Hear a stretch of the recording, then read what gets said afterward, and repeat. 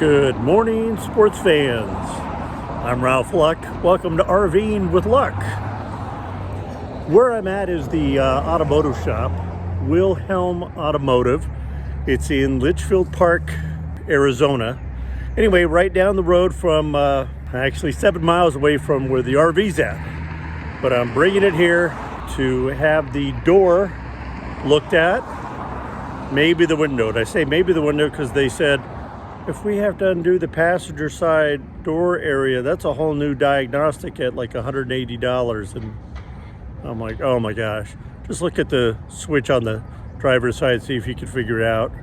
But of course, if they fix the driver's side door handle relatively inexpensively, yeah, I will have them look at the passenger window. But reason I'm filming here is right behind me is, well, used to be the fire station that I worked at. And it was a dump of a fire station that encompassed all of Litchfield Park area, a little small city near the West Valley of Phoenix. But it was a dump, it was a dive. Thank goodness when I went by the other day, they're no longer there. They relocated. I looked at their new building, it looks really nice. So I hope those guys a mile away enjoy their great new fire station. Well, let me give you a look at the automotive place here, and you'll find out along with me how well things turn out. So again, it's called Wilhelm Automotive since 1928. Back in 2003, when I first moved to this area, this building was here just like it is. So I know they've been here at least since 2003. So enough about this. I'm going to sit here and wait. So a wait I will do. Got my phone, an uncomfortable chair, a cup of coffee and water, and some granola bars for breakfast. So we'll see how many hours this is going to take. I'm hoping at least by like noon. It is 8 a.m. now. But they at least have some info for me.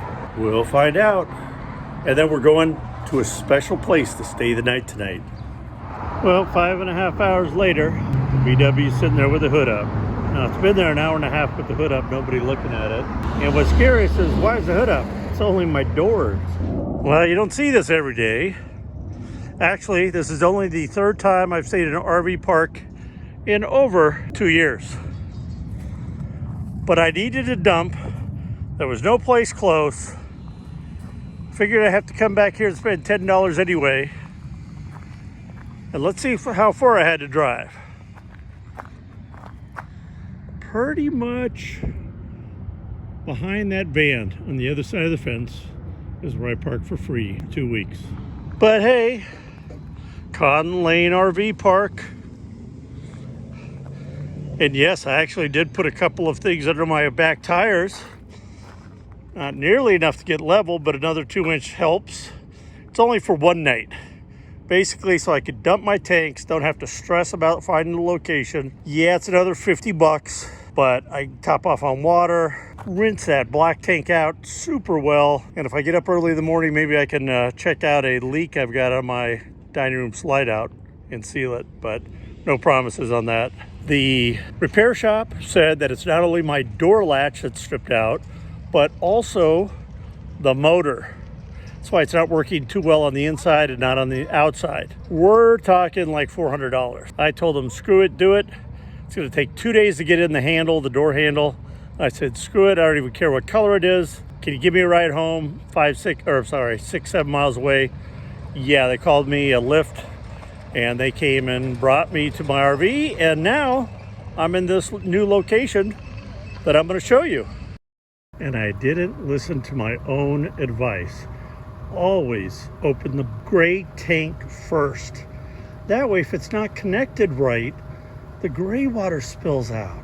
Well, me in my rush, I didn't connect it properly. I opened the black tank, and black tank fun stuff came out. Oh my gosh. I immediately caught it, corrected everything, flushed it down with lots of water. It was only a little bit, a few seconds from a little crack. Flushed the area with water, which is what you see. Then did it the right way, connected the hose in right, open the gray tank, make sure water flows. Then you can close the gray tank. Then open your black tank. When that's all out and you flush and flush and flush like I'm doing, then open the gray tank. So I'm filling my black tank a little, gonna drain it, refill it, drain it because I'm paying the money here, why not? Okay, a couple of very important things when being at an RV park. Number one, I topped off my water in the tanks. I'll show you that in a moment. I hooked up the city water. I used a drinking water freshener, which I'll show you here in a moment, and I'll have a link below to the Amazon site to get it. You use like 1 ounce for 40 gallons, and it just keeps the tank water from tasting funky. The other thing is after you clean and flush your black tank in my case, you then want to close the valve, even though you're hooked up here with a line. Let me show you. I'm hooked up here with the black tank line, and that one goes actually to the gray tank as well. But you don't want to leave your black tank valve open. You will get a poop pyramid. You need there to be water in there, chemicals, and as you use it over the course of a night or days, then when you're all done, before you go to leave, you pull it and drain and flush the black tank again. You can leave your gray valve open like that one is there. I'm going to close mine because that's just letting all soapy water, shower water, other things like that go straight out, which is okay. But you don't want a poop pyramid. And here's that Camco drinking water freshener. Let me double check. 1 ounce for every 20 gallons of water. So I stand corrected. So I've got like a 28 gallon tank, 32 gallon water tank. So I pour like 2 ounces in there. It lasts forever, it's cheap. My water's always tasting good. Of course, handling poop stuff, you definitely want rubber gloves, disposable. Don't reuse your nasty gloves. And of course, connecting the electric. Here's the potable water going through a filter straight in. That does not fill your tank. That is your tank fill. That just gives you direct water whenever you turn on a faucet or flush the toilet. It is pretty dark, but they got lights, and this makes it look, the camera makes it look a lot brighter. Dumpster. I will dump my trash. See, but somebody pulled up right next to me. Literally, my nose is against the bedroom window.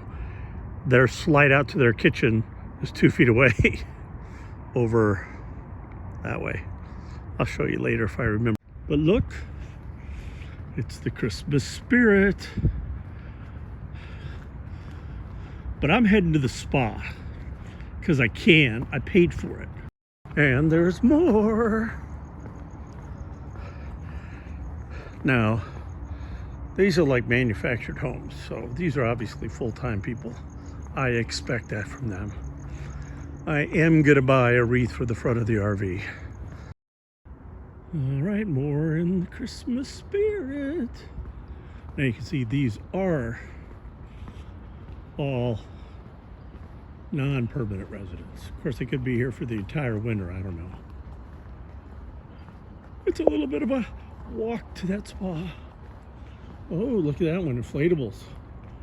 Comment below. Do you like having inflatables out in front of your home?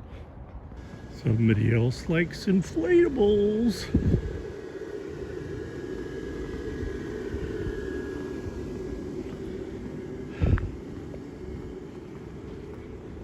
Definitely getting that holiday spirit. See, this was a nice one-night break. You know what?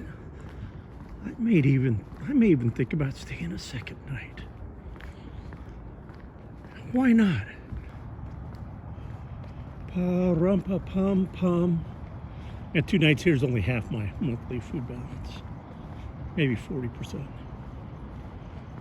Rum-pa-pum-pum. Rum-pa-pum-pum. I found the indoor pool. I don't know why. Winters here are mild. You could swim in the winter. Summers here, you want to be outside. All right. One thing an old guy like me needs to look for is where's the nearest bathroom. So not only do they have a nice bathroom facility, but 3 nice showers. All right, let's get to the spa. Well, there appear to be jets. I've walked around this wall. This is the only thing. Oh. That did it. Let's get in. Now, don't be that guy that brings his tobacco in the spa and wears underwear instead of a bathing suit. Oh, it's too late. Hey, too fat for my swimming suit right now. I was bulking up for the winter. It's underwear. What's the difference? It's clean. I'd say it's a lovely sight, but it's really not. You're sandwiched in. There's room for one more RV right here. They come in, they're literally right up to my concrete pad. You can see the other one on the other side. I mean, I enjoyed it for what it is, one night, dumping tanks, getting water, taking a spa, but I could not see being here. I mean, no fire pits, no fires allowed, no tables. Come on. Freeways right there. I'll stay here for free, but that's it. Look where I was. Cops talking to that van I showed you earlier.